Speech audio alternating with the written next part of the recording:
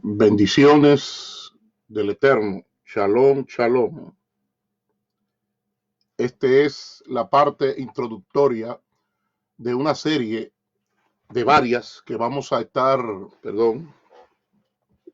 exponiendo acerca de rapto o arrebatamiento. Rapto o arrebatamiento. Debido a asuntos de tiempo, vamos a tener que obviar los saludos, ya que vamos a hacer entrega de varias partes y desde ya nosotros le aclaramos que este es un programa o una disertación totalmente académica, pedagógica, bíblico, escritural y teológica.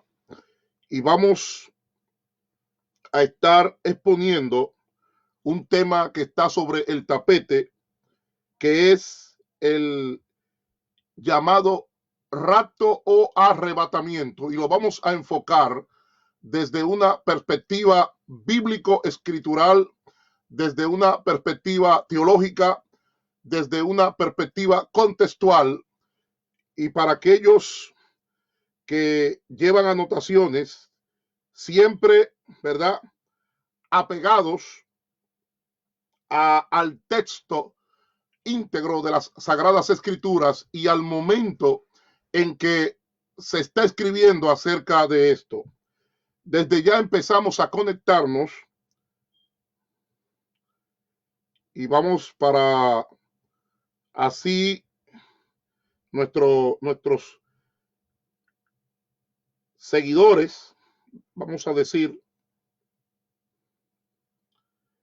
se empiezan a conectar. Tenga papel y lápiz a mano. Tenga papel y lápiz a mano. Vamos a ser bien bíblicos, bien bíblicos. Nadie se asuste. Olvídese ahora de lo que dijo Perencejo, de lo que dijo fulano, de lo que dijo Sutano o de lo que dijo quien fuera que lo dijera. Y vamos a hacer un enfoque totalmente íntegro acerca de las Escrituras.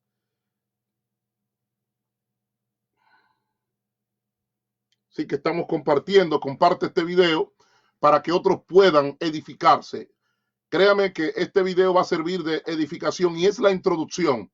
Les aclaro, hoy no entro en detalles. Por esa razón, nosotros le pusimos a esta primera parte introductoria. Es una explicación de lo que son las cartas de primera y segunda a los tesalonicenses y una introducción a lo que el apóstol Pablo quiso hacer con la iglesia de Tesalónica, explicando una introducción de lo que es la parusia o la parusía, que ya en una segunda o tercera entrega nosotros vamos a explicar con lujo de detalles qué significa esto. Se ha formado tremenda controversia acerca del término, porque hay un problema. Quien no ha estudiado gramática, quien no ha estudiado lingüística, quien no conoce la exégesis, quien no conoce las reglas de interpretación, quien no conoce el contexto histórico en el cual las cartas, tanto la primera como la segunda carta a los tesalonicenses, son escritas, el trasfondo histórico va a errar en doctrina, va a errar en enseñanza, va a cometer lo que se llaman patochadas interpretativas, por lo cual en esta primera entrega, que es una introducción, es muy probable que esta noche o más tarde, pero es muy probable que sea esta noche, hagamos la segunda entrega, porque no queremos mezclar esta serie con Periscopio. Para Periscopio tenemos un plato fuerte, ya que venimos con la segunda parte y vamos a hablar en Periscopio, y se los anuncio a todos desde ya, de los falsos apóstoles, de los falsos profetas, de los falsos pastores, de los falsos maestros, de los falsos evangelistas y los falsos predicadores. Y vamos a dilucidar y vamos a demostrar que esos que se proclaman megapoderosos, superhombres, que supuestamente Dios tiene que someterse a lo que ellos dicen, son simples hombres mortales, común y corriente, sujeto a pasiones, igual que usted, igual que yo. No son superhombres, no son megasantos, no son megapoderosos. Sencillamente, esos son presunciones, idolatría, megalomanía, narcisismo, complejo de superioridad y delirios de grandeza que sucumben en su cerebro. Y lamentablemente los incautos, los bobos, los tontos, los que no tienen discernimiento de espíritus, se los creen. Alabamos el nombre del Eterno, Hachem Adonai Elohim. Estamos compartiendo el video. Usted compártalo, comparte el video, que va a ser de gran edificación y de bendición para su vida. Creo que ya estamos conectados por todos los lados. Amén. Y por favor, solamente aunque sea 2 o 3 personas, que me dejen saber que se está escuchando correctamente. Escríbamelo, por favor. Y ya arrancamos en breve. En breve.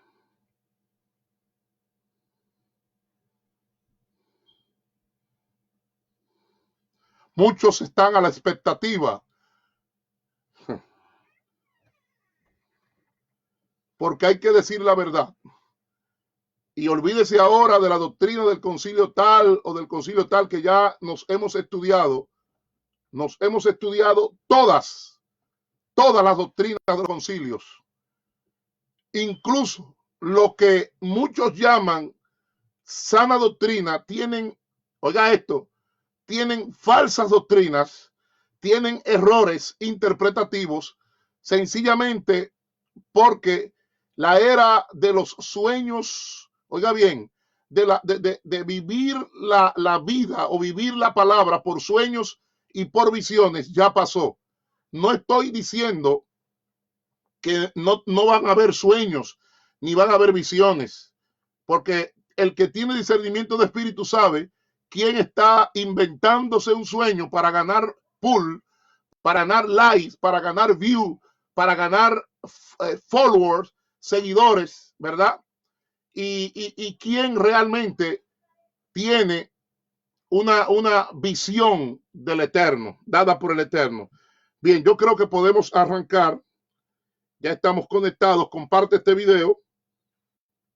Compártalo, ya que va a ser de gran edificación para la vida de todos aquellos que se conecten. Bendecimos a todos aquellos que se están conectando y les recuerdo que esta es la introducción. Bendecimos a todos los que se están conectando. Bien, quiero iniciar leyendo a Daniel 12:4. Pero tú, Daniel, cierra las palabras y sella el libro hasta el tiempo del fin. Muchos correrán de aquí para allá y la ciencia se aumentará. En esta serie, esta es la parte introductoria de lo que algunos han llamado el rapto. Otros han dicho que es arrebatamiento. La pregunta que nos hacemos: ¿habrá un rapto o no habrá un rapto? ¿Ocurrirá un arrebatamiento como lo dicen las escrituras en Primera de Tesalonicenses capítulo 4, versículo 17? ¿O eso es una falacia? ¿Es una doctrina inventada? Vamos a introducir, como este es el programa introductorio, lo que son las cartas a la iglesia de Tesalónica, tanto la primera carta como la segunda, y una descripción de lo que es la parusia. Quiero iniciar tomando un párrafo del libro Las 7 prisiones del alma, en su volumen número 2, del autor Budasinanda Vivek, que dijo: cuando se logra morir sin apegos ni dependencias emocionales, se muere en paz. Repito, cuando se logra morir sin apegos ni dependencias emocionales, se muere en paz. Él dijo esto, ¿por qué? Porque todo el mundo busca la paz en el momento de morir. ¿Y por qué digo esto? Por la situación que estamos viviendo actualmente a nivel mundial con el coronavirus. Todo el mundo busca la paz en el momento de morir, aunque todos tengamos una idea diferente de lo que es el más allá o de lo que es la muerte. Tesalónica. ¿Qué es Tesalónica o qué era Tesalónica? Es la actual Saloniki o Salónica, que era la capital de la provincia romana de Macedonia desde el año 146. En lo que es la ordenación jurídica del Imperio Romano, era una ciudad libre desde el año 44 antes de Cristo. Ciudad portuaria, comercial. Se le llamaba a la ciudad de Tesalónica la reina del mar Egeo. Ustedes saben que el mar Egeo es un brazo del mar Mediterráneo. Y era esta ciudad, estaba lo que se llama próxima a la vía Egnatia. La vía Egnatia es bíblica. ¿Por qué? Porque unía el sur de Italia con Asia. ¿Qué es eso de la vía Egnatia o la vía Ignacia? Era una famosa ruta romana que cruzaba Macedonia desde Filipos en el oriente hasta Dirracio en el occidente sobre el mar Adriático. Tesalónica era una ciudad cosmopolita, muy próspera, ofrecida a lo que era el sincretismo religioso, el sincretismo pagano, el sincretismo de deidades. Por eso en Tesalónica habían cultos que venían del oriente lejano, habían cultos egipcios, habían cultos griegos, habían también lo que se llama en los cultos imperiales. La ciudad, su nombre, Tesalónica, recordemos que Tesalónica era sencillamente la esposa del rey Casandro de Macedonia, hija del rey Filipo II de Macedonia, y era hermanastra, oiga bien, no hermana, hermanastra de Alejandro Magno o Alejandro el Grande o Alejandro III de Macedonia. Y ese nombre de Tesalónica, Nike, la marca Nike, ¿la conocen? N-I-K-E, Nike, Tesalónica o Nike, era la diosa griega de la victoria, hija del titán Palas y de la diosa Estigia, siendo hermana ¿de quién? De la diosa Vía, que era la diosa de la violencia, hermana de Celo, el dios griego del fervor, y de Kratos, que era el dios griego de la fuerza. Su abuelo era el dios griego Poseidón, y vamos a explicar después por qué estamos diciendo esto. Su abuelo era el dios griego Poseidón, que es el equivalente en el Imperio Romano o en el culto romano a Neptuno, que era, oiga bien, Poseidón, que es el mismo Neptuno romano, pertenecía a lo que se llamaba el panteón griego o asamblea de los 12 dioses griegos. Poseidón, como todos ustedes conocen, que han ido al Instituto Bíblico, es el dios de los mares, agitador de la tierra, es el dios de las tormentas, el dios de los terremotos y el dios de los caballos veloces en la mitología griega. Recordemos que a nivel de historia, como esta era una ciudad pagana, esos dioses, dice la historia y la mitología, que el día que Psique, P-S-I-Q-U-E, Psique, que también se traduce como alma o la personificación del alma, cuando Psique llegó, le hicieron una fiesta de recibimiento. ¿Quiénes? Los 12 olímpicos, los 12 olímpicos. Este concepto de 12 es un concepto persa, un concepto que nace en Persia. Yo sé que usted me va a decir, pero habían 12 tribus de Israel, pero vamos a establecer conceptos. Una cosa es que en Israel existieran 12 tribus, pero oiga bien, quienes oficializan el concepto de 12 son los persas, y esto luego pasa a los griegos. Por eso en ese tiempo los rabinos tenían lo que se llamaba un grupo de 12. Por eso Jesús, cuando está en la tierra, él elige a 12, porque es una tradición que viene desde Persia. Los griegos la copian, y los maestros griegos siempre tenían 12 estudiantes escogidos que eran sus principales. Entonces, ¿qué estamos diciendo? Que los rabinos hicieron lo mismo. ¿Qué ocurre? Que Hades, que todos conocemos el concepto o la terminología de Hades, en la antigua religión y mitología griega, es el dios de los muertos, el rey del inframundo, ¿verdad? Hades es el nombre y morada de los muertos. Y este nombre de Hades tiene una particularidad o una peculiaridad, que es nombre, es genitivo, es nominativo, es elisión y es metaplasmo. Hades, como ustedes conocen, era policéfalo. ¿Por qué? Porque a Hades lo representaba Cerbero. ¿Quién era Cerbero? Aquel perro guardián que vigilaba las puertas del Hades con 3 cabezas. Y en lugar de cola, lo que tenía era una serpiente en su trasero. Por eso Cerbero se dice en la mitología que guardaba la puerta del reino del Hades, el inframundo griego, y aseguraba que los muertos no salieran y que los vivos no pudieran entrar. De modo que los judíos, aunque usted diga que no y quiera poner las cosas más sacrosantas de la cuenta, de una u otra forma tuvieron influencia de la cultura griega, de la mentalidad griega, de la filosofía griega. Vamos a las circunstancias de las cartas. Agua. ¿Cuáles son las circunstancias de las cartas de primera y segunda de Tesalonicenses? Pablo es expulsado de Filipos. El apóstol Pablo se dirigió a Tesalónica, donde fundó una comunidad de fe. Por eso, para entender a los tesalonicenses, tenemos que remontarnos a Hechos capítulo 17 y Hechos capítulo 18, donde se nos relata el segundo viaje misionero de Pablo.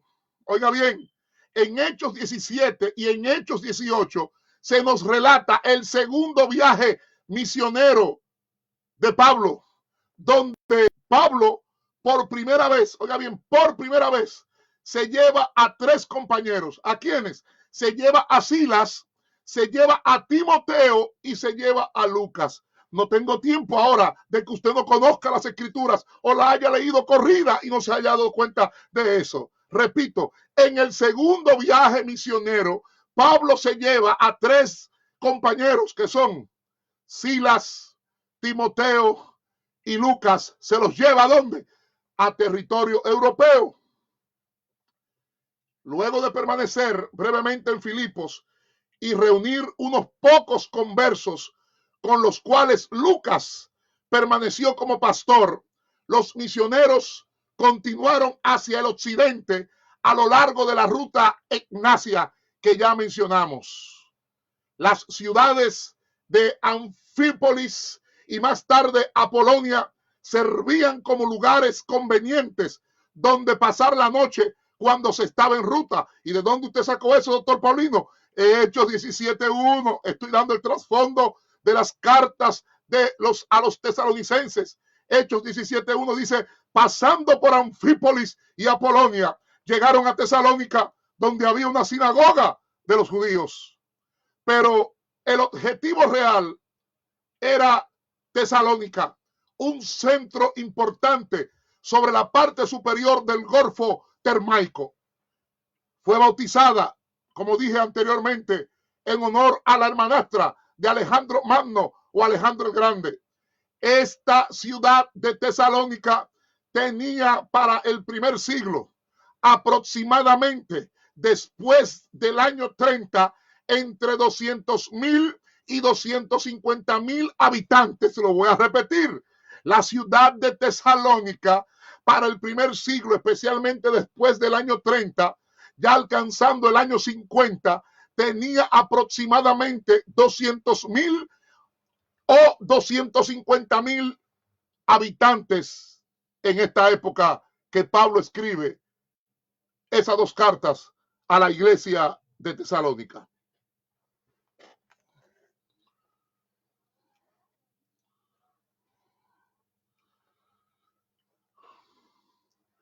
Cuando Macedonia fue organizada como provincia romana en el año 146 a.C., la ciudad fue hecha sede del gobierno y fue afectuosamente llamada la madre de toda Macedonia. Tenga eso muy pendiente. Parecía ser un lugar estratégico para establecer una iglesia, como lo es la primera carta a los tesalonicenses, capítulo 1, versículo 8, donde nos dice: porque partiendo de vosotros, ¿cuáles vosotros? Tesalónica, ha sido divulgada la palabra del Señor, no solo en Macedonia y Acaya, sino que también en todo lugar vuestra fe en Dios se ha extendido, de modo que nosotros no tenemos necesidad de hablar nada. Era una ciudad bien situada para el comercio. Tesalónica atrajo una comunidad de judíos cuya presencia Lucas hace notar por medio de su referencia a la sinagoga en Hechos capítulo 17, versículo 1, que ya lo leímos. A Pablo, en aquella ciudad de Tesalónica, se le concedió la oportunidad de hablar de 3 sábados. Oiga bien, por 3 sábados consecutivos, Pablo estuvo disertando. Fíjense que Pablo no estuvo haciendo cultos de gloria.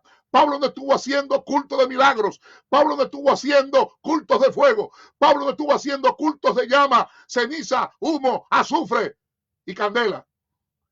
Pablo estuvo la oportunidad de exponer, explicar, disertar, oiga bien, de una manera precisa, concisa y efectiva las escrituras durante 3 sábados. Y él siguió su procedimiento habitual para con una audiencia judía, exponiendo que los anuncios proféticos del Antiguo Testamento y su cumplimiento en Jesús de Nazaret, como lo vemos en Hechos capítulo 17, versículos 2 y 3, y también en Hechos capítulo 13. En Hechos capítulo 17, versículos 2 y 3 nos dice: y Pablo, como acostumbraba, fue a ellos, y por 3 días de reposo discutió con ellos, declarando y exponiendo por medio de las escrituras que era necesario que el Cristo padeciese y resucitase de los muertos. Oiga bien, y que Jesús, a quien yo os anuncio, decía él, es el Cristo. El resultado también fue típico en que los creyentes de entre los judíos fueran excedidos en número por los griegos temerosos de Dios que habían estado participando en la sinagoga debido a su apego al judaísmo. También se hace mención de ciertas prominentes mujeres que se convirtieron en aquel lugar. ¿Y qué pasó? Que el resentimiento causado, tenga esa palabra en cuenta, porque el resentimiento también se da en el ministerio, el resentimiento también se da en el evangelio, el resentimiento también se da en los concilios, el resentimiento también se da en las redes apostólicas, el resentimiento también se da en las llamadas iglesias no afiliadas e independientes, porque son seres humanos mortales que Dios ha depositado su gracia en ellos y le ha dado dones y ministerios para que lo administren conforme a la dirección del Espíritu Santo. Y esa mención que se hace especial de prominentes mujeres que se convirtieron, esto causó en ciertos grupos un resentimiento. ¿Por qué? Porque vieron que el apóstol Pablo atrajo a tan gran número de gente que estalló en forma de un desorden callejero inspirado por aquellos judíos de línea extrema. Al no tener éxito en ubicar a Pablo en la casa de un discípulo llamado Jason o Jasón, la multitud arrastró a este hombre ante los gobernadores de la ciudad, acusándolo de dar asilo a los misioneros, pero vociferando aún mucho más en contra de sus huéspedes que los habían eludido. Nos preguntamos, o usted se preguntará, ¿cuál era la queja?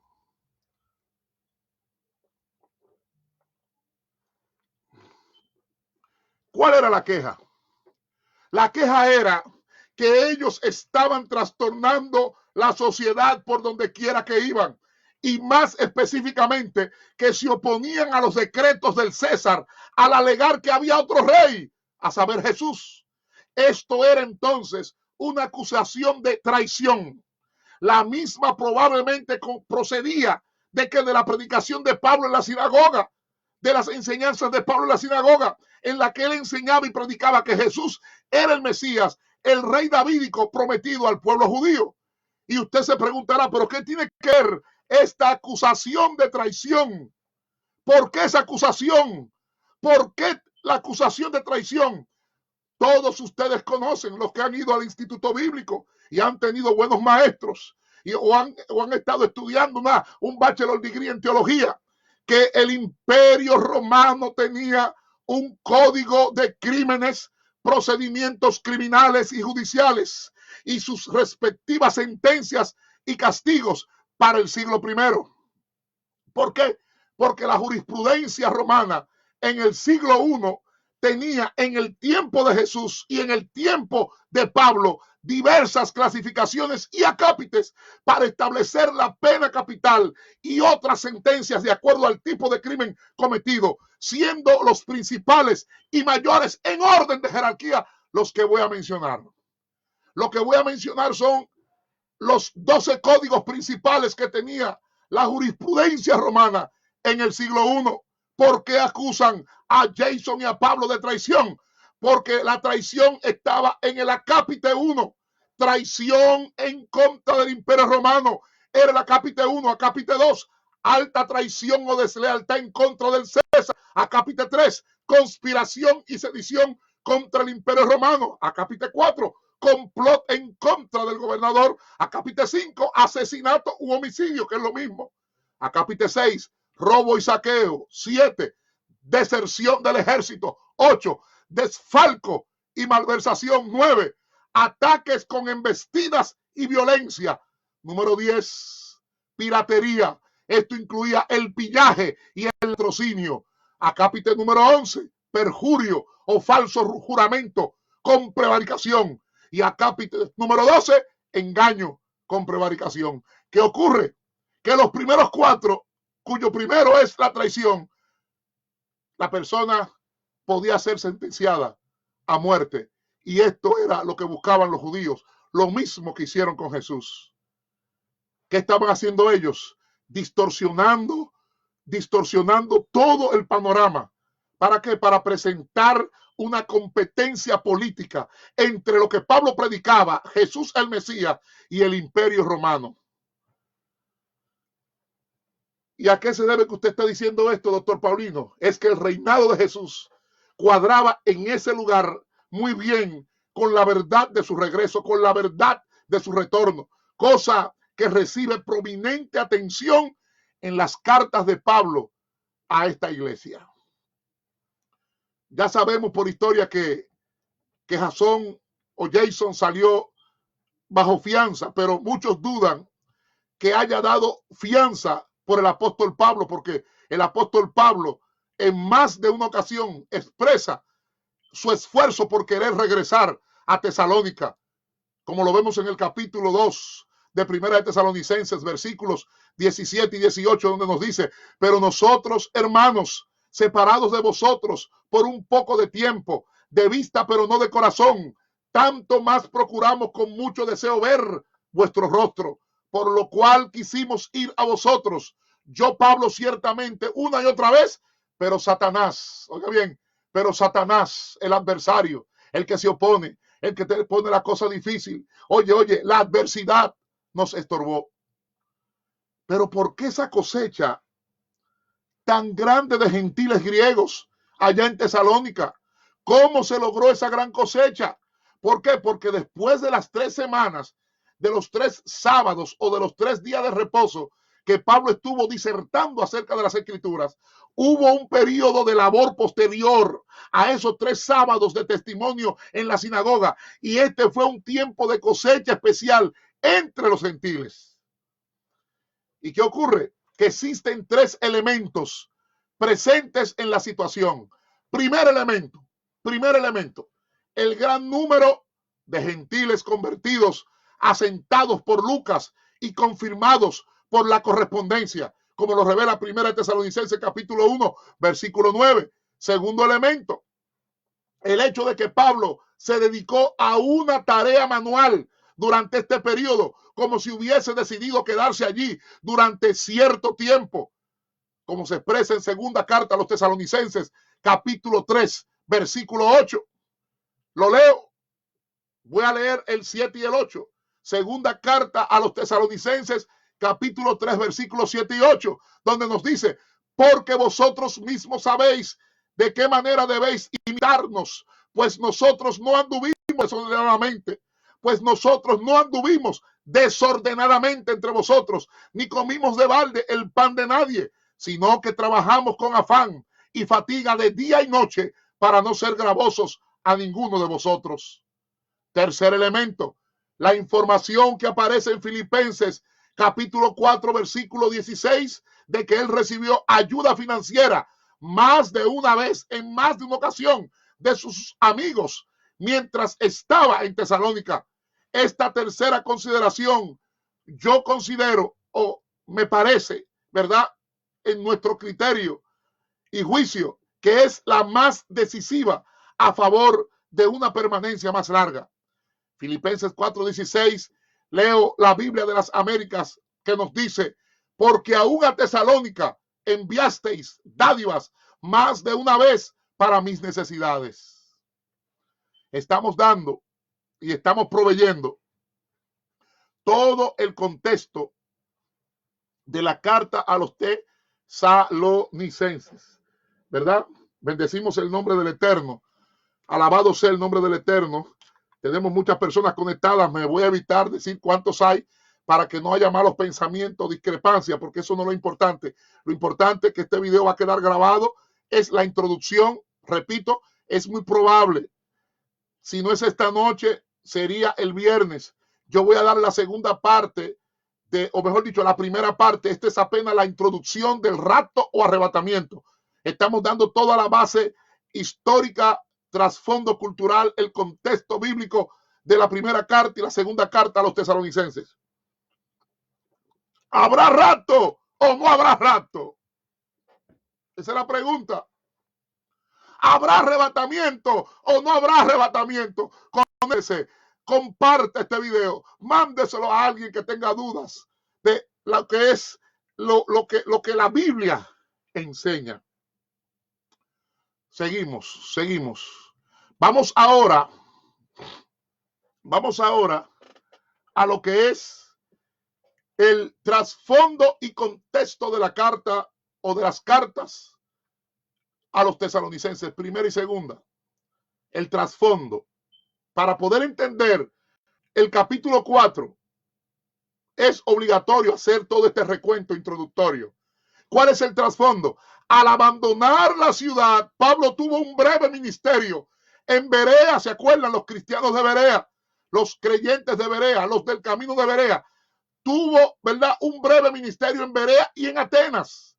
Atenas, la capital de la filosofía. Y bendigo al Eterno que no mandó a Pedro. Lo bendigo, porque Pedro era un hombre de Dios, pero Pedro no tenía la capacidad que tenía el apóstol Pablo, porque el apóstol Pablo era una eminencia, conocía la filosofía griega al dedillo, por eso pudo enfrentarse sin miedo a los estoicos y a los epicúreos. Si manda Pedro, los estoicos y los epicúreos se lo comen vivo, se lo tragan vivo, porque aunque él era un hombre de Dios, le faltaba conocimiento, y para poder defender la fe es necesario estudiar la palabra, estudiar las escrituras, estudiar la historia, estudiar el Antiguo Testamento, estudiar el Nuevo Testamento y conocer el trasfondo histórico, geográfico, cultural, etcétera, etcétera. Repito, el trasfondo y contexto de la carta. Al abandonar la ciudad, Pablo tuvo un breve ministerio en Berea y en Atenas. En la última de estas ciudades se les reunieron allá en Atenas, recordemos, Silas y Timoteo. Silas y Timoteo. Pero estos no permanecieron con él durante mucho tiempo, ya que Pablo los envió de nuevo a Macedonia en misiones, pero separadas esta vez. Según primera carta a los Tesalonicenses, capítulo 3, versículo 2, Timoteo fue a Tesalónica. No se dice a dónde fue Silas, pero la mayoría de los expertos, eruditos, exégetas y comentaristas dicen que Silas posiblemente se fue a Filipos. Por eso, en la primera carta a los Tesalonicenses, capítulo 3, versículo 2, en la Biblia de las Américas nos dice, y enviamos a Timoteo, nuestro hermano y colaborador de Dios en el Evangelio de Cristo, para fortaleceros y alentaros respecto a vuestra fe. ¿Qué ocurre? Que tanto Timoteo como Silas volvieron a reunirse con el apóstol Pablo en Corinto. ¿Cómo lo sabemos? En Hechos capítulo 18, versículo 5 dice, cuando Silas y Timoteo descendieron de Macedonia, ¿lo ve ahí? Pablo se dedicaba por completo a la predicación de la palabra, testificando solemnemente a los judíos que Jesús era el Cristo. Parece que el informe que Timoteo da acerca de la iglesia en Tesalónica fue un informe favorable, ya que Pablo comenta en su primera epístola respecto al crecimiento y al celo de sus conversos. Sin embargo, oiga bien, sin embargo, ellos necesitaban consejo respecto a varios puntos. Un minuto.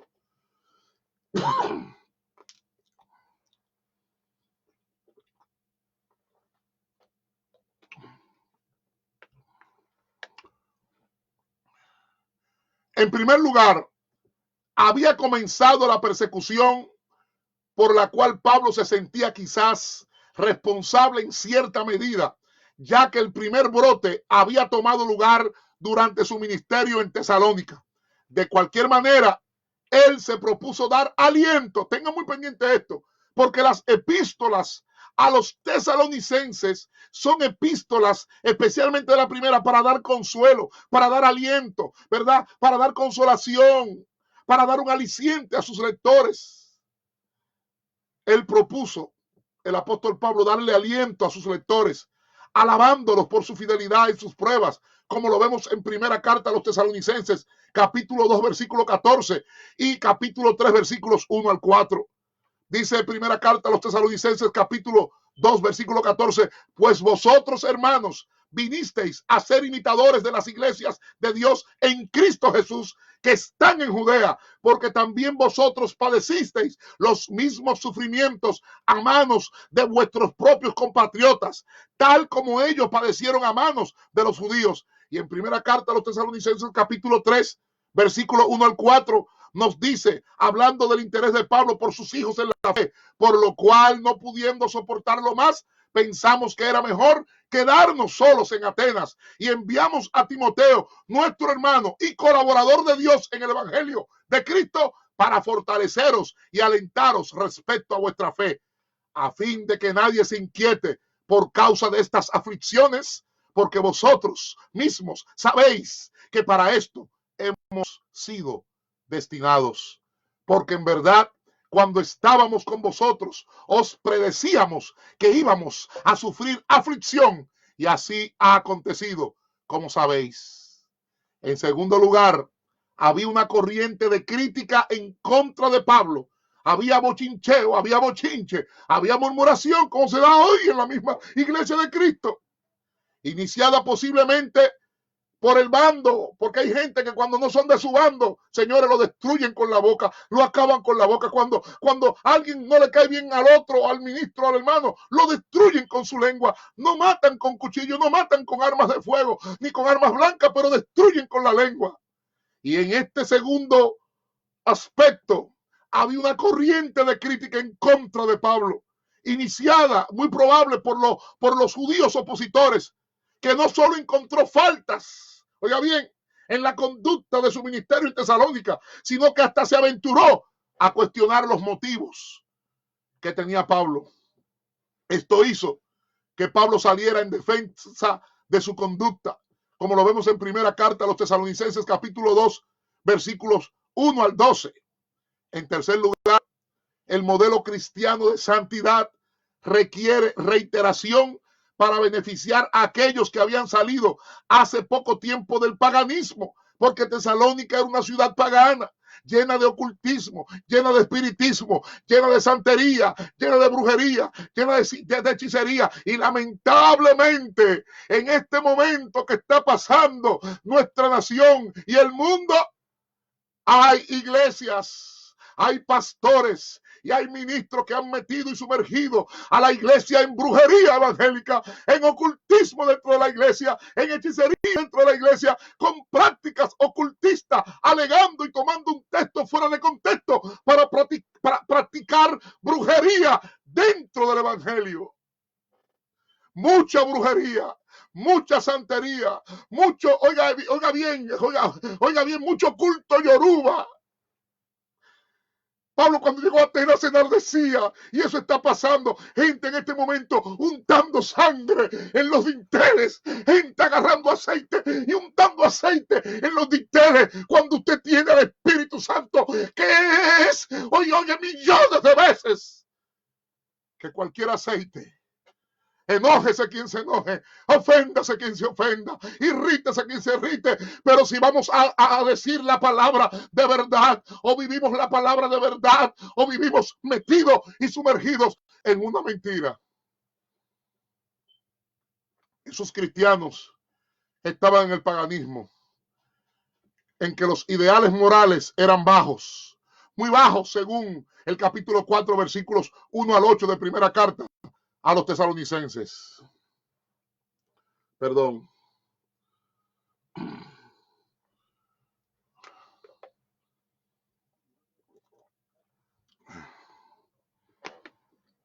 En cuarto lugar, la muerte de ciertos miembros de la congregación. Ojo con esto, atención aquí, póngame su atención. En cuarto lugar, la muerte de ciertos miembros de la congregación creaba preocupación por el bienestar de los seres amados y ocasionaba preguntas respecto a su participación en la salvación final que se cumpliría al regreso del Señor. Pablo trató de dar instrucción y consuelo aptos para esta situación en el capítulo 4, versículos, oiga bien, 14 al 18. Lo voy a repetir, la cuarta razón. En cuarto lugar, la muerte de ciertos miembros de la congregación creaba angustia, creaba tensión, creaba preocupación por el bienestar de los seres amados y ocasionaba cientos de preguntas, decenas de preguntas respecto a su participación en la salvación final que se cumpliría al regreso del Señor, o parusia o parucía. Por eso Pablo trató de dar instrucción y consuelo. Estas cartas, oiga bien, especialmente la primera, son cartas de instrucción y consuelo, aptos para esta situación que estaban viviendo. En el capítulo 4, desde el versículo 14 al 18. ¿Qué persigue Pablo con dar consuelo? ¿Qué es lo que Pablo busca en esta carta de primera de Tesalonicenses? Pablo está buscando la tranquilización de la iglesia. Pablo está buscando aplacar la desesperación. Pablo quiere calmarlos. Pablo quiere confortarlos. Pablo quiere, oiga, inyectarle un sedante, sedarlos ante el dolor, darle alivio, darle aliento, darle ánimo, darle calma y serenidad para que no se desanimen, para que no se angustien. Es una carta que Pablo la hace porque hay una desesperación para que ellos puedan desahogar y decir, esto es lo que está pasando. En quinto lugar, era necesario reprochar una tendencia hacia el desasosiego y la falta de atención a las tareas diarias que podía haberse originado en una actitud no muy sana hacia el regreso de Cristo, como lo vemos en el capítulo 4, versículo 11, y que dice, ya que tengáis por vuestra ambición el llevar una vida tranquila y os ocupéis en vuestros propios asuntos y trabajéis con vuestras manos, tal como os hemos mandado. ¿Por qué? Porque ya como ellos estaban esperando la venida de Cristo, no, nadie estudie, nadie se prepare, suelten todo y esperémoslo aquí, sentado en una silla, por favor. Y eso pasó. Oiga bien, no vamos a mencionar nombres ni apellidos por ética ministerial, pero eso pasó en la década de los 60, pasó en la década de los 70 y pasó a principios de la década del 80. Donde todos esperábamos que iba a llegar en ese momento, en cualquier momento. Y muchos pastores le decían, no vayas a la universidad, ¿para qué estudiar? Ya Cristo viene. No, ¿para qué comprar casa? Ya Cristo viene. Oye, ¿para qué prepararte para el futuro? Ya Cristo viene. Y hoy, producto de esa sucamandería, tenemos un grupo de ministros que son hombres de Dios, que son gente que Dios los ha llamado, ¿sí? Los ha ungido, pero no tienen preparación en la palabra. No te saben disertar un mensaje, oye, sabroso, que tú puedas decir, me chupé los dedos con este hombre o con esta sierva acerca de la palabra. Y por eso vemos hoy mucho emocionalismo, mucho sensacionalismo, mucho corre, mucho hipódromo, mucho brincoteo, mucho grito, mucha bulla, mucha zarabanda. Porque hay creyentes que se acostumbraron y los pastores lo formaron para que fueran siempre almáticos. Y hoy se están pagando esas consecuencias. Un evento tras evento, un congreso tras congreso, cuando el mayor evento está dentro de nosotros. Cristo en nosotros, esperanza de gloria, templos del Espíritu Santo. ¿Usted quiere mayor evento que ese? Entonces ponían a los cristianos de vagos. Nadie estudie, nadie trabaje. Vamos a cogerlo suave y esperar a Cristo sentado en una silla.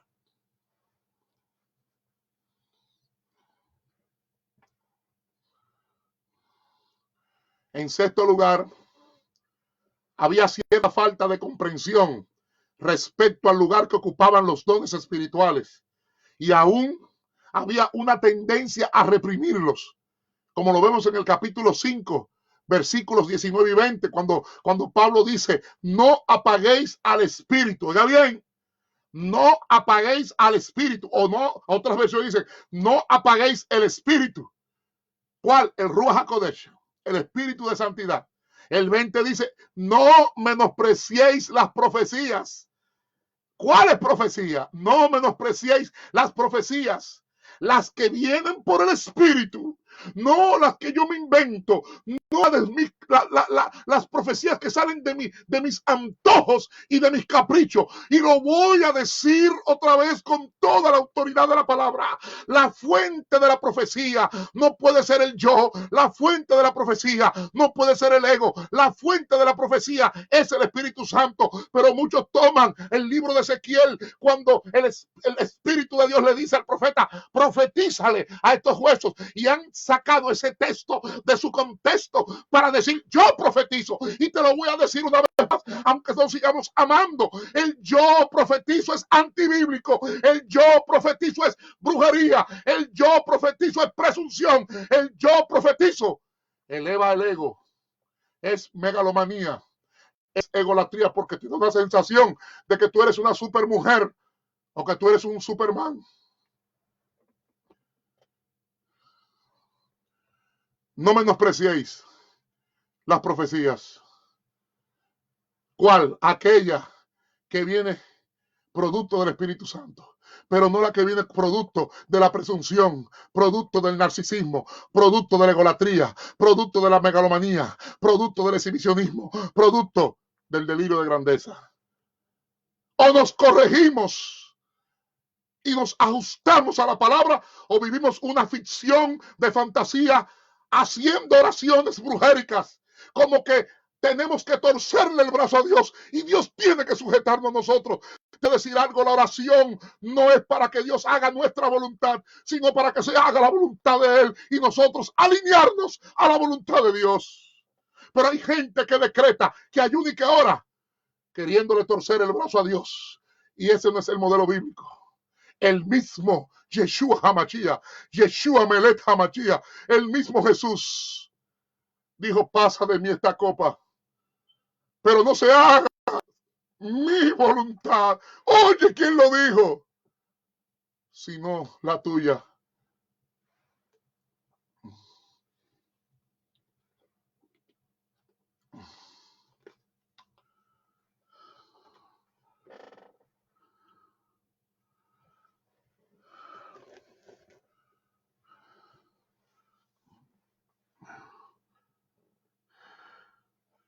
Dice que tenemos 205 personas conectadas. La diferencia es porque no todos los contactos usted puede verlo. Dice aquí, ahora bajó a 194. Es la introducción, ya vamos a terminar. Y estamos dando la introducción. Yo les garantizo que la próxima parte, si el Eterno nos los permite y el Espíritu Santo nos ilumina, la primera parte que viene, porque esta introducción va a ser tremenda. La posibilidad de que Primera Tesalonicenses fuese en parte una respuesta a una carta enviada por la iglesia a Pablo ha sido sugerida. Algunos dicen que no fue ninguna carta, ¿verdad? Y leen el 4.9, el 5.1, el 4.13, que son fórmulas que ya Pablo la había usado en otros pasajes de Primera de Corintios. Pero ahora mismo eso no es tan importante. Por ejemplo, en el capítulo 5, versículo 1 de Primera Tesalonicenses, Pablo dice: pero acerca de los tiempos y de las ocasiones, no hay necesidad, hermanos, de que yo os escriba. Quiero cerrar con esto. ¿Cuál era el problema teológico? Recuerden, ¿habrá rapto o no habrá rapto? ¿Es rapto o es arrebatamiento? ¿Es rapto, es arrebatamiento o es segunda venida? ¿Qué es lo que hay por fin? ¿Qué es lo que se mueve? No se desespere. Estamos dando toda la base. ¿Cuál era el problema teológico que existía en la iglesia de Tesalónica? El problema teológico de la iglesia de Tesalónica es que el problema de ellos versaba o estaba enmarcado en la parusia, venida o retorno del Señor. Lo voy a repetir. El problema teológico, como lo tenemos hoy en día, ¿a cuántas escuelas teológicas no hay? Ahora, la verdad es una sola, no son muchas verdades. Unos creen que unos son premileniaristas, otros son amileniaristas, otros son postmileniaristas, otros son pretribulacionistas, otros son medio tribulacionistas y otros son posttribulacionistas. Ajá. ¿Y quién se inventó eso? El hombre. ¿Y la Biblia? ¿Para cuándo? El hombre fue que se inventó esa corriente. Jesús nunca habló de corrientes. El Espíritu Santo nunca habló de corrientes. Las corrientes surgen. ¿Por qué? Por interpretaciones, oiga bien, personales, antojadizas, caprichosas, que los hombres le dan, entonces lo asientan en un librito que se llama Manual de Doctrina. Y nos paramos frente al público. Y esta es nuestra doctrina. Y esto es lo que creemos. Y salen unos cuantos corriendo, hablando en lengua. O sea, sin evaluar. O sea, cuando una organización, oiga bien, le prohíbe a sus líderes, oiga bien, juzgar lo que está escrito, evaluar lo que está escrito, casi es una dictadura.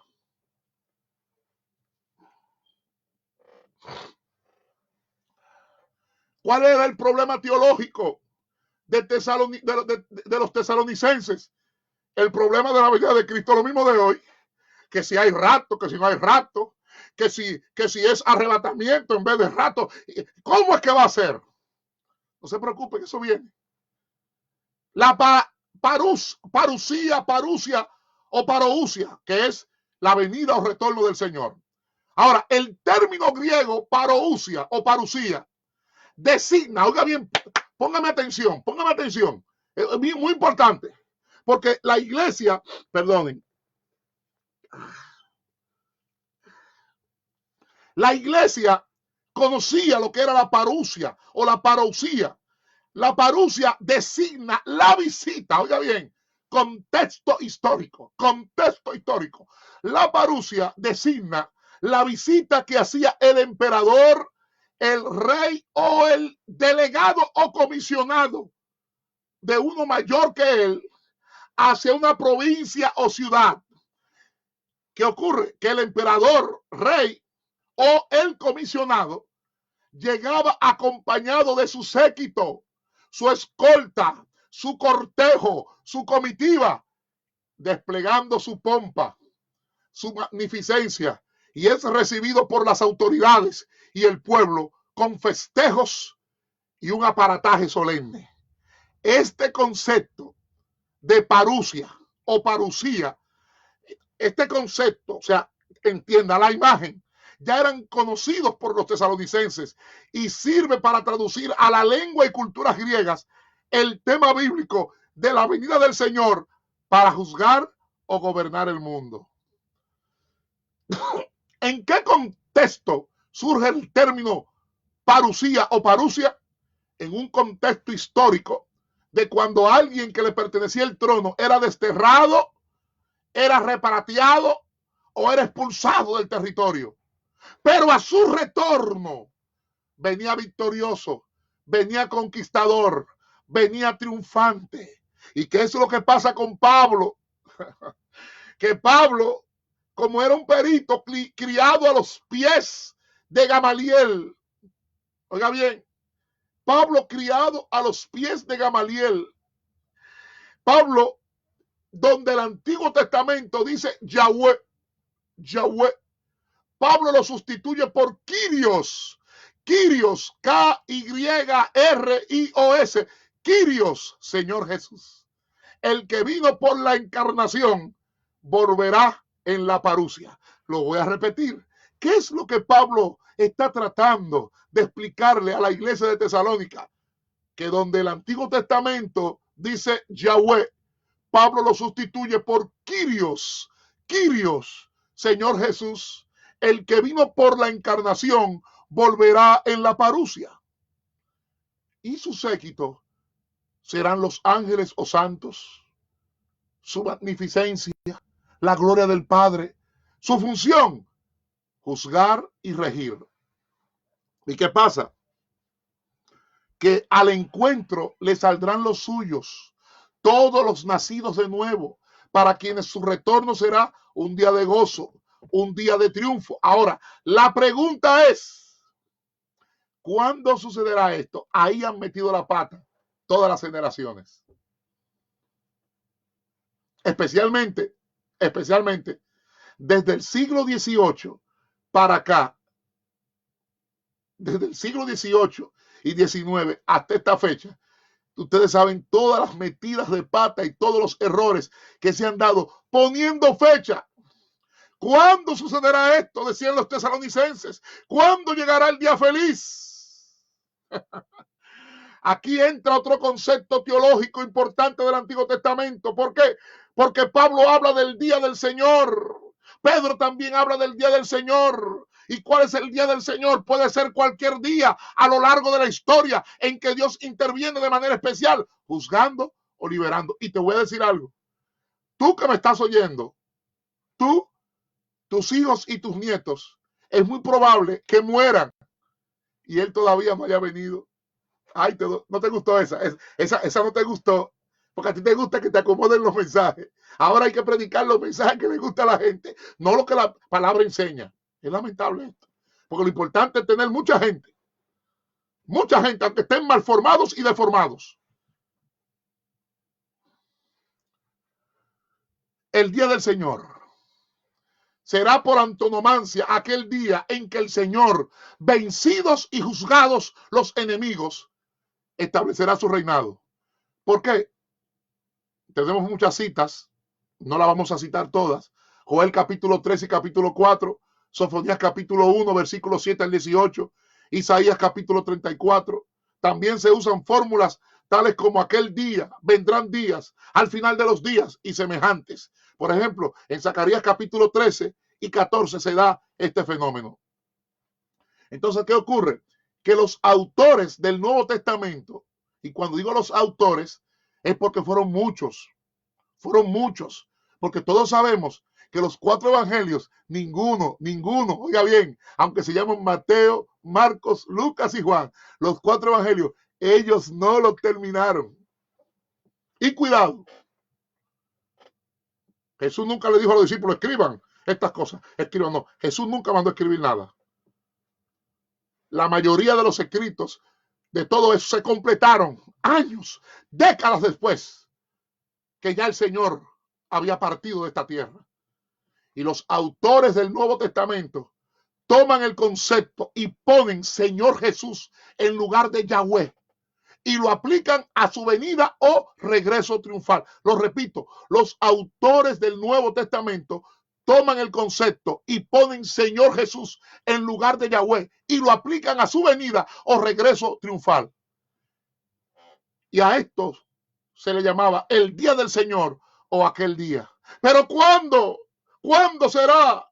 ¿En qué fecha se cumplirá? Imposible. Oiga bien, imposible saberlo.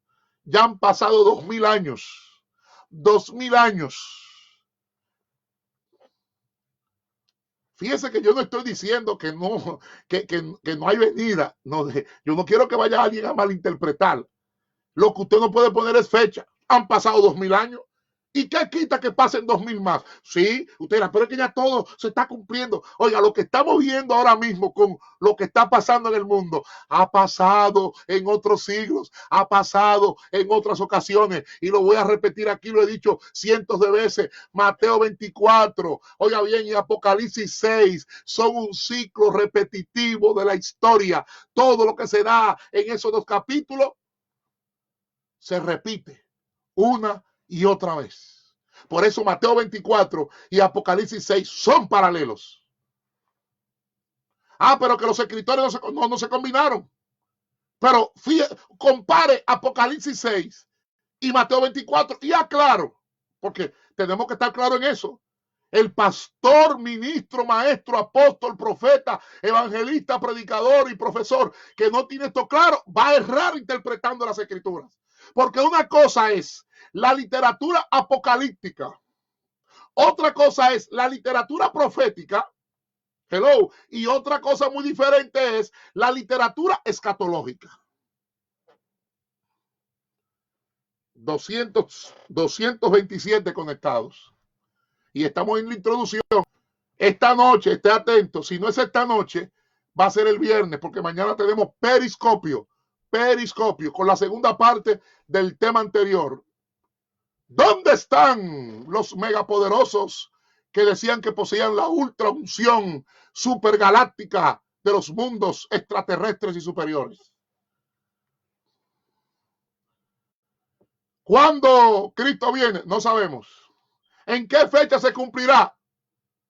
Tampoco, es imposible saberlo. ¿A dónde radica el problema? Y ya estamos concluyendo. En la primera carta a los tesalonicenses se presenta que Cristo está próximo y será repentino. Oiga bien, mire qué problema hay aquí.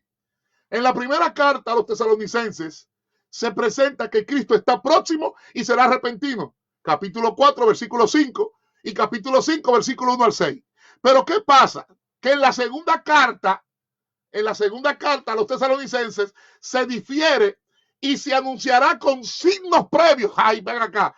¿A quién le creo? ¿A la primera o a la segunda? ¿Qué fue lo que pasó ahí? Déjeme repetírselo porque están tomando nota.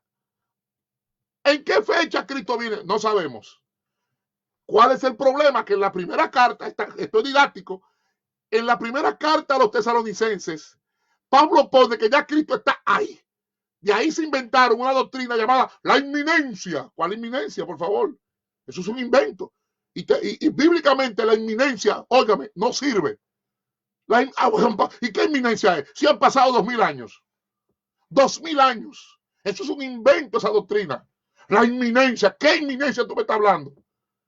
Pero como fue fulano de tal y fulano de tal, no voy a mencionar el nombre, aquí tenemos todas las pruebas, incluyendo de muchas doctrinas que están en los manuales, que son doctrinas herejes.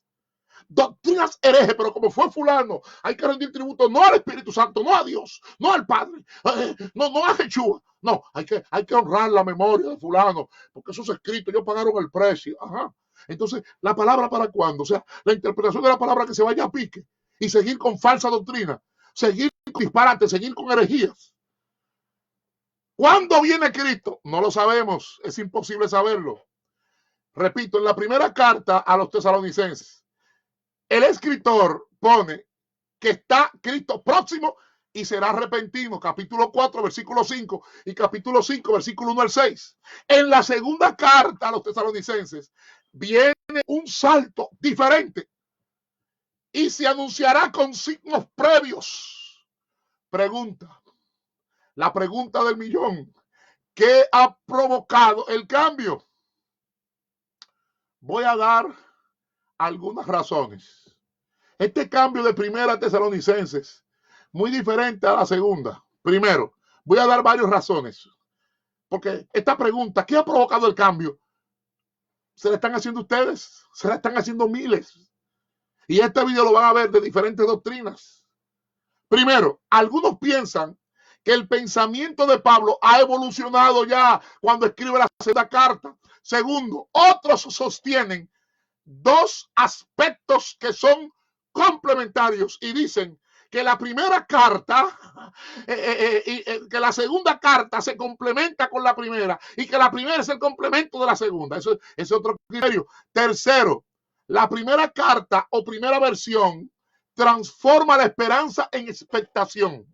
Lo voy a repetir. Tercero, la primera carta a los tesalonicenses o primera versión transforma la esperanza en expectación, manteniendo tensa la vida cristiana. Había una tensión, ahí puede venir en cualquier momento. Sí, viva su vida cristiana como si fuera a venir hoy mismo, esta noche, pero trabaje como si fuera a venir aún después de su muerte.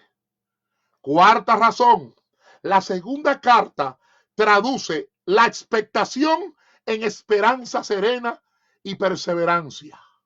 Repito, la cuarta razón, la segunda carta a los tesalonicenses traduce la expectación en esperanza serena y perseverancia. Quinto, el Nuevo Testamento, ojo, el Nuevo Testamento nunca da cabida a especulaciones, ni da cabida a fechas precisas, ni da cabida a fechas específicas. Lo repito, el Nuevo Testamento nunca da cabida a especulaciones, ni a fechas precisas, ni a fechas específicas.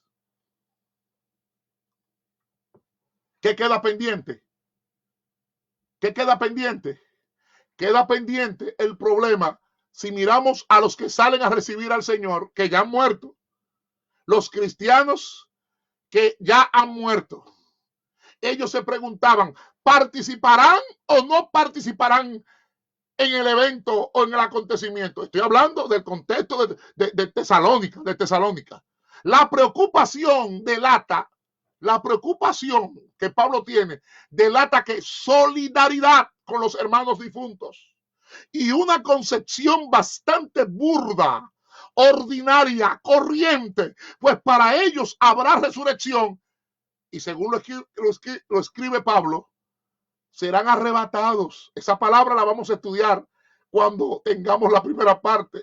Serán arrebatados. ¿Por qué? Porque la terminología es importante a la hora de interpretar las Sagradas Escrituras. Serán arrebatados ¿a qué? Al encuentro del Señor. Doctor Paulino, ¿qué usted me está diciendo? Estamos hablando ahora de 1 Tesalonicenses capítulo 4, versículos 16 y 17, que es un mensaje, oiga bien, es un mensaje de esperanza y consuelo. Pero hay que estudiar qué es el arrebatamiento. Hay que estudiar de dónde viene la palabra rapto. ¿Por qué? Porque Jerónimo de Estridón, anote ese nombre. Usted tiene que saber si usted es pastor, si usted es ministro, si usted pasó, oiga, como me escribió uno, que tenía un doctorado, señora, ay, Dios mío. Ay,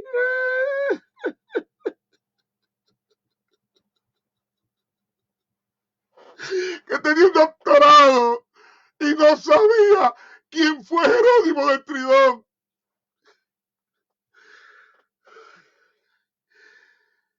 Ay.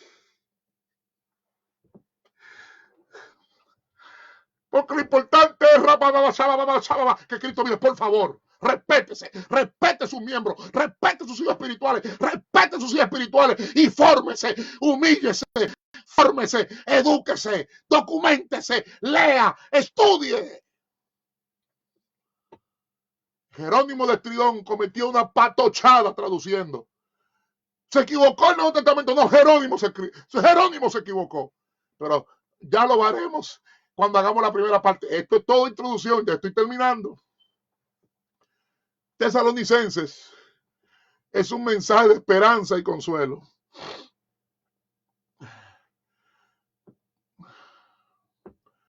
¿Cuál es la conclusión? La gran problemática que hubo con las cartas. Tenemos 258 personas, 258 personas conectadas. 258 personas conectadas. O sea que esto está bueno, esto está bueno. La gran problemática que hubo con las cartas. La primera carta de Tesalónica se escribió entre el verano del año 51 y el verano del año 52 después de Cristo. Y sucedió que algunos fieles sacaron consecuencias abusivas de la recomendada expectación. ¿Qué decían ellos? No vale la pena trabajar, no hay que preocuparse por estudiar, ya Cristo viene, suelten todo, sean vagos. Y por eso vemos hombres de Dios, ok, sin letra, son hombres de Dios, ok, que tienen unción, pero no tienen la capacidad, oye bien, de explicar la palabra. No, pero lo importante es que hacen milagros, que hacen sanidades. Los milagros, los prodigios, las sanidades no dan salvación. Israel vio milagros, vio prodigios, vio maravillas. Oye, y solo Josué y Caleb entraron a la tierra prometida. Los milagros no forman carácter. Los milagros no manifiestan el carácter del fruto del Espíritu Santo en la vida de un hombre y de una mujer. No. Los milagros no te hacen crecer, los milagros no te dan fortaleza. Mira ahora con lo que está pasando ahora, ¿dónde están? Porque una cosa es tener el don de milagros y otra cosa es ser milagrero. Y hoy tenemos más milagreros que gente que tienen el don de milagros y los dones de sanidades. Dios el Eterno, Yahweh, Adonai, Hachem Elohim, hace milagros, pero él no es milagrero. Entonces, ¿qué ocurre? Que esta gente dijeron, bueno, ya no vale la pena trabajar, ya no vale la pena estudiar, no hay que preocuparse en asuntos de la vida terrena. Quedémonos quietos a la espera. ¿Y en qué se basaron? Porque yo estudiaba en el Antiguo Testamento y en Éxodo 14:13 e Isaías 13:15 hay dos citas que la iglesia de ese tiempo las repetía en sus liturgias.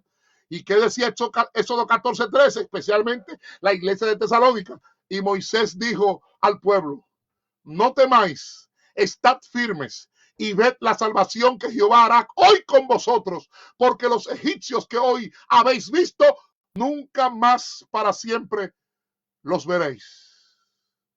Y la otra cita, Isaías capítulo 30, versículo 15. También la leían. Claro, en ese tiempo, ojo, no existían capítulos. Ojo, en ese tiempo no existían versículos para que alguien no vaya a escribir ahora. Pero está citando. No, en ese tiempo eso no existía. Ahora es que existen capítulos, versículos y titulitos que le pusieron a la Biblia. Nada de eso existía. La iglesia primitiva lo que leía y estudiaba era la Torá. Hello, eran los rollos, los salmos, los profetas. Entonces, en Isaías 30:15, ellos lo leían y lo estudiaban, porque así dijo Yahweh el Señor, el Santo de Israel: en descanso y en reposo seréis salvos, en quietud y en confianza será vuestra fortaleza, y no quisisteis, entre otras citas. ¿Qué pasa? Que ahora la segunda carta a los tesalonicenses, el que escribió puntualizó su doctrina sobre la parusía. ¿Y qué dice? No, él viene. Sí, él viene, pero viene como por etapas. Aquí viene el problema, que hasta hoy existe. ¿Por qué? ¿Qué es? ¿Es rapto o es arrebatamiento? ¿Cristo viene o no viene? Oiga bien, en ningún momento hemos dicho que no viene. El problema es que usted no sabe cuándo. Déjese quieto y viva su vida día por día, como si fuera a venir al otro día o la misma noche. Entonces, en la segunda carta a los tesalonicenses se puntualiza la doctrina de la parusía o la parusia, que la vamos a explicar con lujo de detalles, porque eso hay que explicarlo. ¿Por qué? Porque para que hubiera parusia, primero tenía que haber arpazo, que es el término que aparece en el versículo 17 del capítulo 4 de 1 Tesalonicenses. Si no había arpazo, arrebatamiento, no podía haber parusia. Lo vamos a explicar con lujo de detalles, conforme al texto, lo que el texto enseña, cero invento con la palabra.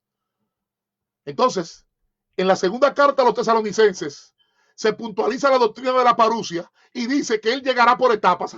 Aquí viene el tremendo problema. Bendecimos a esos 251 conectados. Entonces, como viene por etapas, ahora ya está actuando, dice el que escribe, el rival, el Satán. Está en acción el misterio de la iniquidad. Solo que al presente hay alguien que lo detiene. Entonces, el enemigo, Satán, está provocando persecuciones, está produciendo impiedad. Entonces, llegará después el anticristo y una apostasía. De ese término tenemos que hablar, porque muchos no entienden qué significa apostasía, que viene de apostatar. Finalmente sucederá la venida triunfal de Jesucristo. Por tanto, el cristiano debe de trabajar y esperar, que es lo que se enfatiza en la segunda carta. Entonces, la primera carta a los tesalonicenses, para los que llegaron tarde, estamos dando toda la base para lo que viene. Esto es una serie acerca del rapto o arrebatamiento. Entonces, en la primera carta a los tesalonicenses nos deja entrever lo que era una iglesia joven y ferviente, firme en medio de los sufrimientos. Una carta que es escrita de 20 a 22 años después de la llamada ascensión. ¿Y de qué hablaba esa iglesia? Esa iglesia hablaba de la misión de Jesús en la tierra, hablaba del Mesías, hablaba de su muerte, hablaba de su resurrección, hablaba de su futuro retorno y hablaba de las tres virtudes que también son mencionadas en Corintios, que son la fe, la esperanza y el amor. Entonces, esta carta, dado que el ministerio corintio tuvo una duración de 18 meses, porque Pablo, ahí está, Paulino, doctor Paulino, ¿de dónde usted saca eso? De ahí mismo, Hechos capítulo 18, versículo 11. El ministerio de Pablo tuvo una duración de 18 meses. Lo más probable es que él mismo comenzara en el año 50, como algunos afirman. Entonces, primera carta a los tesalonicenses puede probablemente ser asignada entre el año 51 y el año 52. ¿Está claro por qué? Porque la fecha de redacción, muchos la fijan durante la permanencia de Pablo en Corintio, que coincidió, oiga bien, historia, es otra cosa. Que usted lee la Biblia, estudia la Biblia, pero desconoce la historia, desconoce el contexto histórico y se va a perder. La permanencia de Pablo en Corintio coincide ¿Con qué? Con el periodo de autoridad de Galio. ¿Y quién fue Galio? Búscalo, estúdialo. El periodo de autoridad de Galio como procónsul de Acaya. Evento registrado en la llamada inscripción de Delfo. Se lo dejo para que lo investigue. Concluyo. Segunda de Tesalonicenses, capítulo 2, versículo 2. Que no os dejéis mover fácilmente de vuestro modo de pensar, ni os conturbéis, ni por espíritu, ni por palabra, ni por carta, como si fuera nuestra, en el sentido de que el día del Señor está cerca. Repito y concluyo con esto. Segunda de Tesalonicenses, capítulo 2, verso 2, dice que no os dejéis mover fácilmente de vuestro modo de pensar, ni os conturbéis, ni por espíritu, ni por palabra, ni por carta, como si fuera nuestra, en el sentido de que el día del Señor está cerca. Que Hashem Adonai Elohim, que Hashem Yahweh Adonai Elohim te bendiga. Shalom, shalom. Esta ha sido la introducción. Este ha sido apenas la introducción. ¿Rapto o arrebatamiento? ¿Cristo viene o no viene? Vamos a la primera parte, que será o esta noche o el viernes, porque mañana, a menos que sintamos o recibamos o percibamos del Espíritu, porque del Espíritu, oiga bien, se recibe. No es que yo siento, no. Pablo dijo, porque yo recibí. El Espíritu te hace percibir, el Espíritu te hace, ¿verdad?, captar, el Espíritu te hace, ¿verdad?, que tú descifres lo que te está ministrando. Mañana en Periscopio tenemos otro tema. Si no lo hacemos esta noche, la primera parte de rapto o arrebatamiento. ¿Viene Cristo o no viene Cristo? El viernes venimos con un plato fuerte. Tenemos que tumbar falacias, tenemos que tumbar herejías, tenemos que tumbar falsas doctrinas que se han metido en la iglesia del Eterno, en la iglesia de Jesucristo. Voy a hacer un anuncio. Lo que voy a hacer no lo hago ni para tener seguidores, ni para jactarme diciendo ya se suscribieron, no. Si usted quiere, oiga bien, si usted quiere, porque muchos dicen, que dale a la campanita, que si usted se suscribe a nuestro canal de YouTube, Doctores Paulino Núñez 2020 en YouTube. Doctores Paulino Núñez 2020. Ahí hay videos de toda clase, teológicos, bíblicos, académicos, espirituales, videos de matrimonio, de intimidad sexual, que algunos han querido taparme la boca. No hable de eso. No hable de eso. O sea, yo no voy a recibir críticas negativas de lo que tú, oye bien, tienes vergüenza de hacer, o tienes miedo de hacer, o no tienes capacidad para hacerlo. Oye bien, y tampoco celebra la gracia y el depósito que Dios pone en otro para hacerlo. Por lo tanto, a mí no me para. Oye bien, el que me envió, me hizo estudiar lo que estudié para exponer estos temas. Oye bien, con gracia, con carismata, pero sobre todo con la unción del Ruach HaKodesh. Te amo. Canal de YouTube, Doctores Paulino Núñez. Doctores Paulino Núñez 2020 va corrido. Ponga doctores, entonces busca Paulino Núñez 2020 y va corrido y se suscribe al canal. Creo que es dándole a la campanita. Bueno, como nunca es la primera vez que anuncio esto, es la primera vez que conte que más de 20 videos que hay, es la primera vez. Suscríbase. Oiga bien, no por beneficio económico tampoco, porque que si se suscriben no sé cuánto, yo ni sé cuánto es.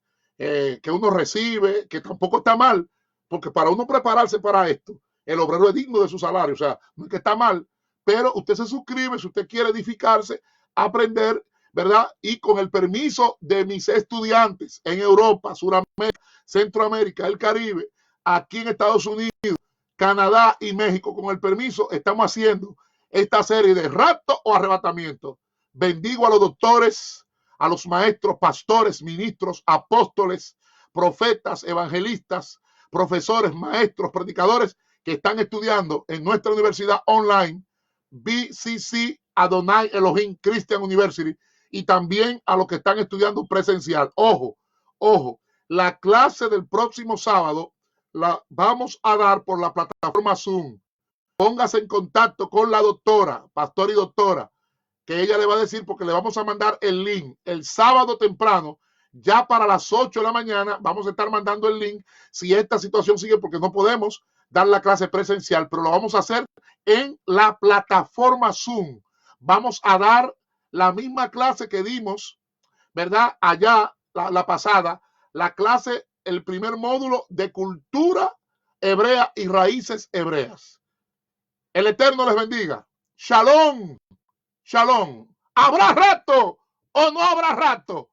¿Habrá arrebatamiento o no habrá arrebatamiento? Conéctate esta noche